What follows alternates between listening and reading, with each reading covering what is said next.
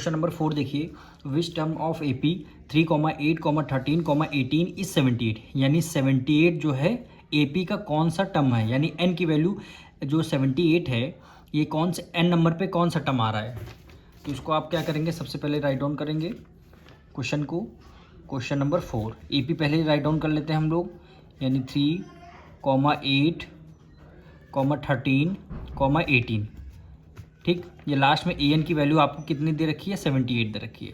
अब 78 कौन से टर्म की वैल्यू आपकी होगी, जैसे 3 आपका A1 हो गया, 8 आपका A2, A3, 13 आपका A3 और 18 आपका A4 हो गया। और इसकी nth टर्म की वैल्यू आपको बतानी है, यानी AN, ठीक है, यानी n नंबर की वैल्यू आपको बतानी है, ठीक। तो आपको करना क्या है, सबसे पहले यहाँ पे डालेंगे सॉल्यूशन, यानी हमें क्या पता है, A1 पता है, A1 कितनी हो गया, 3 हो गया।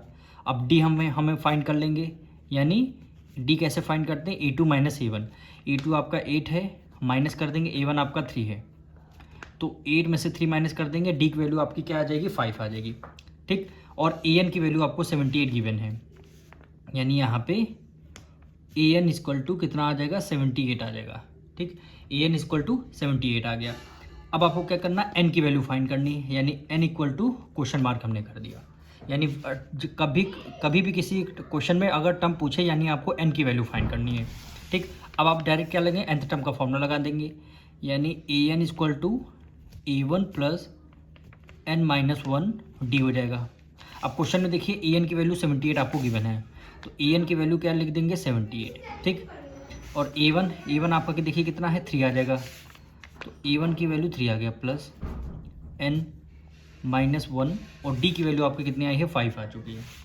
तो हमने यहाँ पे D की वैल्यू 5 रख दिया, हमने क्या कर दिया, D की वैल्यू 5। अब आपको सॉल्व करना है, 3 इधर प्लस में, इधर आ जाएगा माइनस में, यानी 78 में आपको 3 माइनस करना है।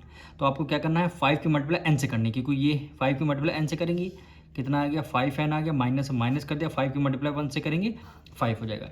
78 में से 3 माइनस कर देंगे, कितना आ जाएगा, 75, कितना आ जाएगा, 75। 5 उधर प्लस में, इधर किस में आ जाएगा, माइनस में, इधर किस में आ जाएगा, प्लस में आ जाएगा, क्या बचेगा, 5n आपका बचेगा, केवल आपका 5n बचेगा। 75 में 5 ऐड कर लिया, 80 इक्वल टू कितना आ गया, 5n आ गया। 5 इधर मल्टीप्लाई में, इधर आ जाएगा डिवाइड में, यानी 80 डिवाइडेड बाई 5 हो गया।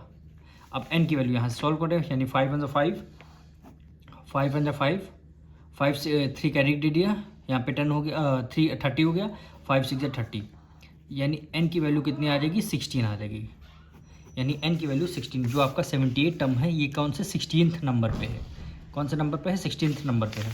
तो लास्ट में लिख देंगे, hence 78 is 16th term of AP, यानी एपी का जो 78 है कौन सा, 16th टर्म, यानी n की वैल्यू 16, यही क्या हो जाएगा, आपका आंसर आ जाएगा।